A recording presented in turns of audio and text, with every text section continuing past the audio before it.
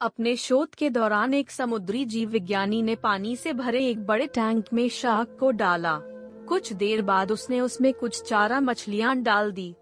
चारा मछलियों को देखते ही शार्क तुरंत तैरकर उनकी ओर गई और उन पर हमला कर उन्हें खा लिया। समुद्री जीव विज्ञानी ने कुछ और चारा मछलियां टैंक में डाली और वे भी तुरंत शार्क का आहार बन गई।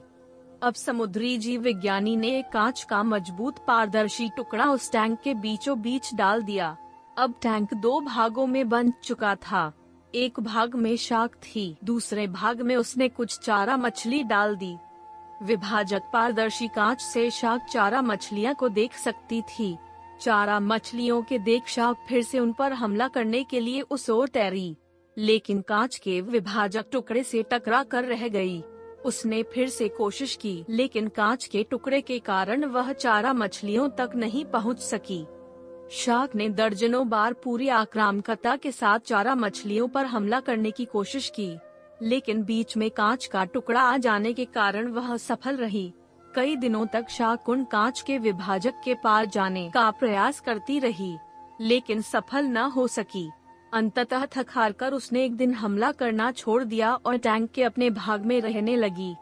कुछ दिनों बाद समुद्री जीव विज्ञानी ने टैंक से वह कांच का विभाजक हटा दिया, लेकिन शार्क ने कभी उन चारा मछलियों पर हमला नहीं किया, क्योंकि एक काल्पनिक विभाजक उसने दिमाग में बस चुका था और उसने सोच लिया था कि वह उसे पार नहीं कर सकती।